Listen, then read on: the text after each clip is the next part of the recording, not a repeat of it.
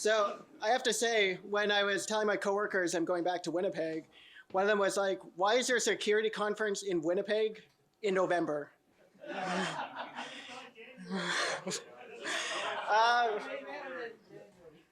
I think on Slack, Mike said it made people tougher, but either way.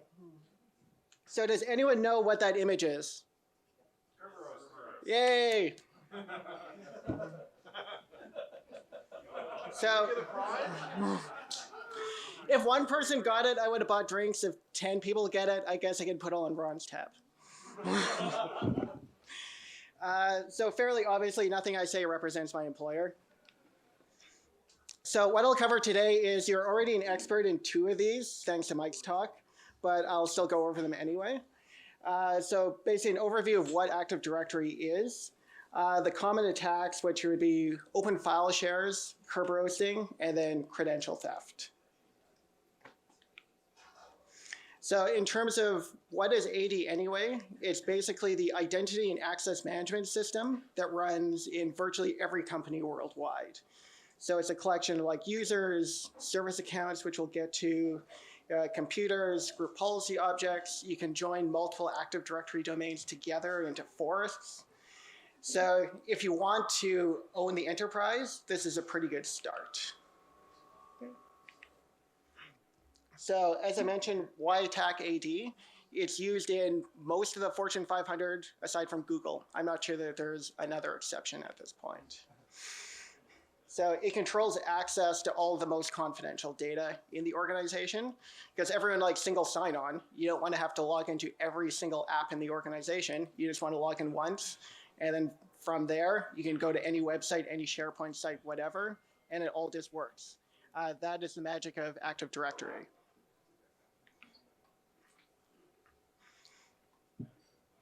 So the main thing is it's often an organizational blind spot, though. So stuff in AD is not going to appear in your Nessus scans. It's not going to appear in your Rapid7 scans. Unless you have someone working for you who really understands Active Directory security, it's probably a product you installed in like the year 2000 and just kept building off of. And if you acquired companies, you just toss them in your domain, or better yet, you just join them to your forest.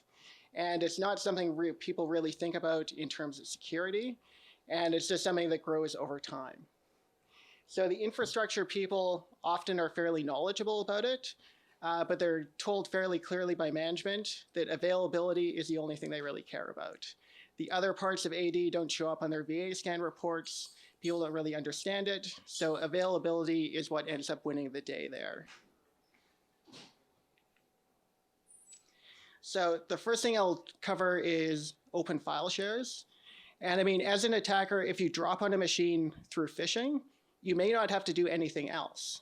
You drop on a machine, you load up PowerView, you can do invoke ShareFinder, just as Mike has said, and you're going to get potentially hundreds or thousands of open shares.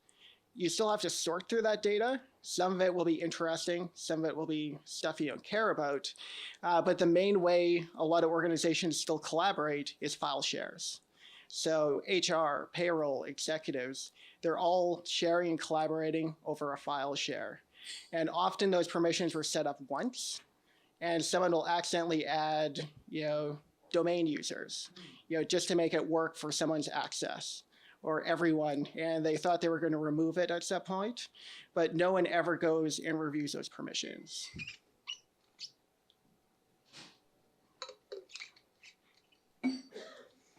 So what that basically means is you've got almost all the data you could want without having to exploit anything that most users in the domain are going to have access to. So even if it isn't something obvious, like domain users or everyone, there's usually a few organizational groups that are added way too often to these file shares that'll still give thousands of users access to a file share that they shouldn't have. So PowerView and Invoke ShareFinder is the best tool. I'm not aware of another commercial tool that'll scan file shares like PowerView. It's a free set of PowerShell scripts, and it's still the best way to see your attack surface for them. So the way it works is it basically gets all of the computers from the domain, then it'll ask everyone, hey, what shares is on your machine? And it'll just try and open them and see if it has access or not. So in terms of detection, if you have something like PCAP running or NetFlow, it should look fairly obvious that you have one computer in the domain connecting to every other computer. That's not something that would normally be happening, other than like your vulnerability scanners, your enterprise stuff maybe. But if you have someone in accounting connecting to every other computer in the organization, there's probably something shady going on. So the next tactic I'll get to is Kerberoasting. So this is still surprisingly effective, and it is only for service accounts, but the catch is what identifies a service account to Active Directory is having a service principal name set. It doesn't mean there's an actual service associated with it.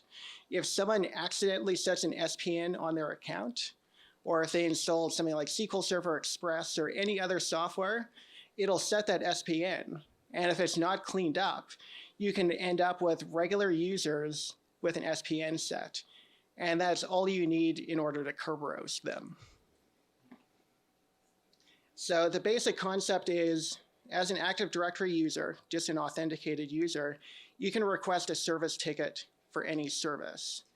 So that service ticket that comes back is encrypted with the service account password. That's just the way the Kerberos flow works. So if we can basically request the service tickets from every service in the domain, we're able to brute force that offline with tools like OCL Hashcat, John, there's a bunch of others. So if the encryption type is RC4, it's fairly weak and it's very practical to brute force them.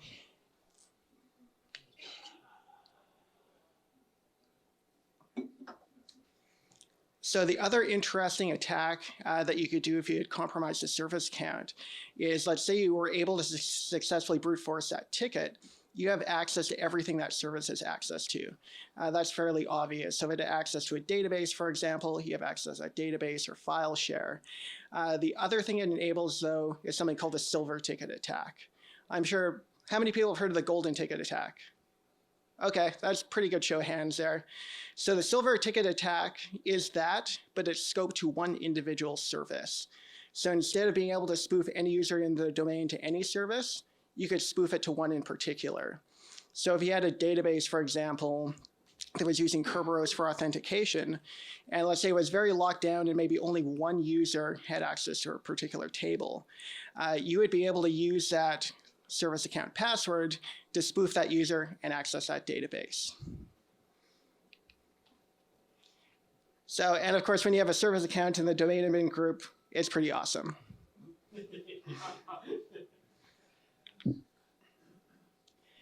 So in terms of mitigation, the real issue is you would need to log every time a service ticket is requested in Active Directory. And people, just as part of their day-to-day, request service tickets all the time, whether doing a file share, database, whatever. So if in like a large enterprise environment, you're going to see a lot of service ticket requests. So if you choose to enable basically what you need to detect the attack, expect a lot of logs on your Active Directory domain controller. So you'll have to be able to have a SIM to offload them to. But what you would basically be looking for, maybe?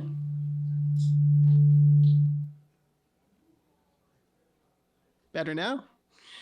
What you would basically be looking for is someone requesting service tickets for, say, 200 services in a very short period of time using RC4 encryption, which is the weakest available that's commonly used for Active Directory. So the other thing would just be to check for users who have accidentally set an SPN. You can go into PowerView, get a list of all the service accounts, and if you see just usernames popping up there, you should be able to safely remove the SPN from their account, and they'll no longer be Kerberoastable, which is a plus. So the last tactic I'll cover is credential theft. So this is a base one that you're going to use anytime you're basically going up against Active Directory. At some point, you're going to be stealing credentials. So often you're going to land on a host as an unprivileged user, and then you're going to be going for an attack path to get from one in order to your goal, which might be the domain admins group, might be to access a certain service or whatever.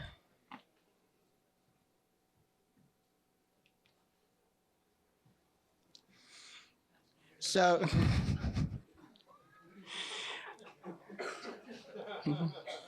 let's say we're trying to access the computer with top secret plans. So the user we dropped onto doesn't have access. That kind of sucks. But through the magic of Active Directory, we can easily enumerate who actually does have access to that. So let's say we're after a computer with top secret plans on it. We can actually use PowerView to find out who's in the local admin group of that server. So just using the getnet local group name dash computer name, whatever, we can pull who's in that local admin group. So that's really, really useful to us as attackers, because already it's going to tell us who we need to target. So we may have a list of 10 different people who have access. We may not directly have access to that, but it allows us to start forming an attack chain. Of those 10 users, we can see, do we have access to any of their machines, and so forth. So you can easily have an attack path like that. So we're starting from Alice. We can see she has administrative access to John's computer. Let's say John is logged in. John himself has access to Bob's computer, and Bob has access to top secret plans. So we can see there's a fairly obvious attack path here. So if you use a tool like Bloodhound, it's basically going to run a collector. It's going to gather all this information from the domain all passively. So it's going to dump all of your users, all of your computers, and all the relations together. So you're going to be able to go into a piece of software and say, hey, I have access to Alice's account. Do I have a path to top secret? So it's fairly obvious. We have 2 credentials to steal, and then we can get to top secret.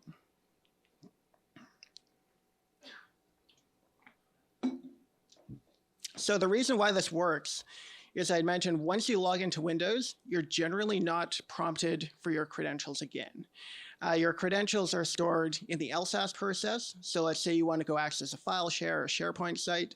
It's just going to pull those credentials out of memory for you, authenticate to that service, and then you're done. You're not actually prompted for your credentials. So the side effect of that is anyone with administrative access to your computer is able to pull those credentials out of memory as well. So how many people have local admin rights locked down in their organization? Show of hands. There's 3. Okay, that's promising. For the rest of you out there, this is kind of problematic though, because if the attacker is running as local admin, which they probably will be, they can pull credentials out of memory just like that. So in terms of detecting credential theft, it's not particularly easy. You would need something like an EDR product. For those who aren't familiar, like they're sometimes called next-gen AV, which I don't like, but they're basically, it's detections based on behaviors rather than signatures. So if you see something that's opening up the LSASS process, for example, that's not normal.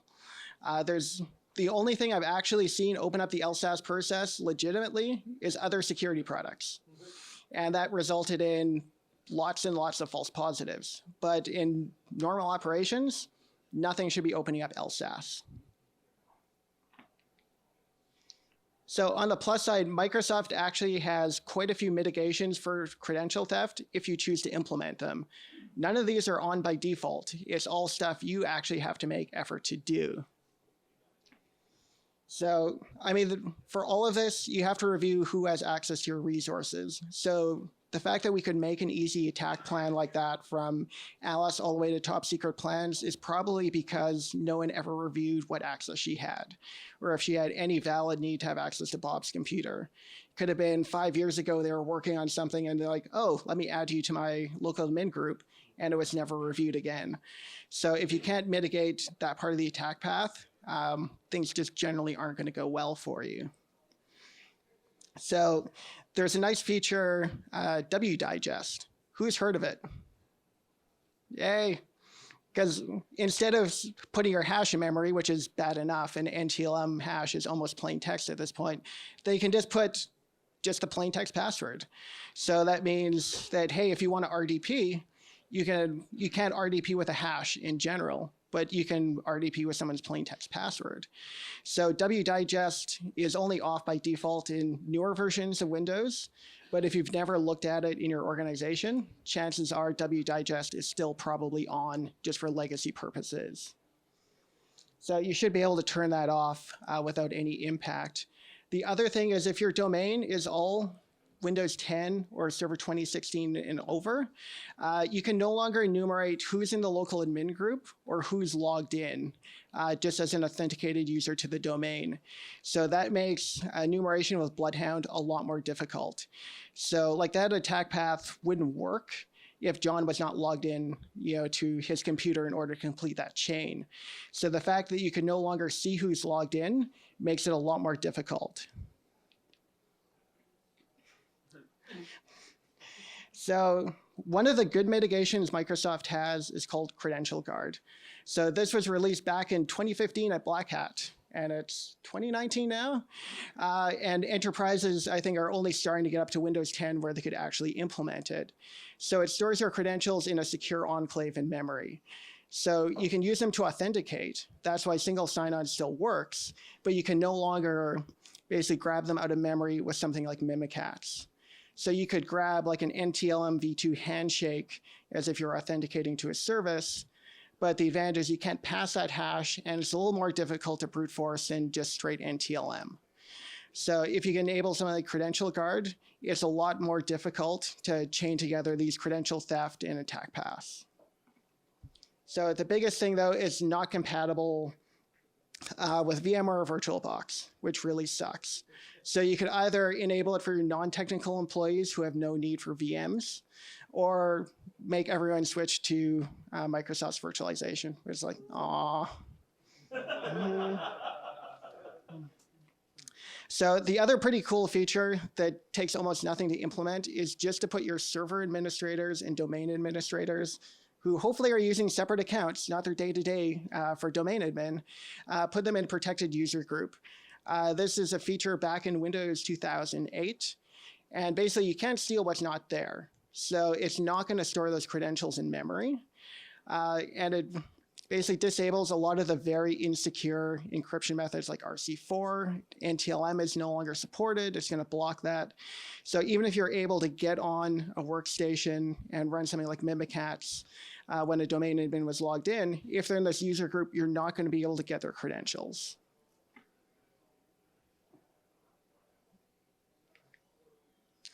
So in summary, definitely review your organization's strategy for credential theft. See if you can enable something like protected users group.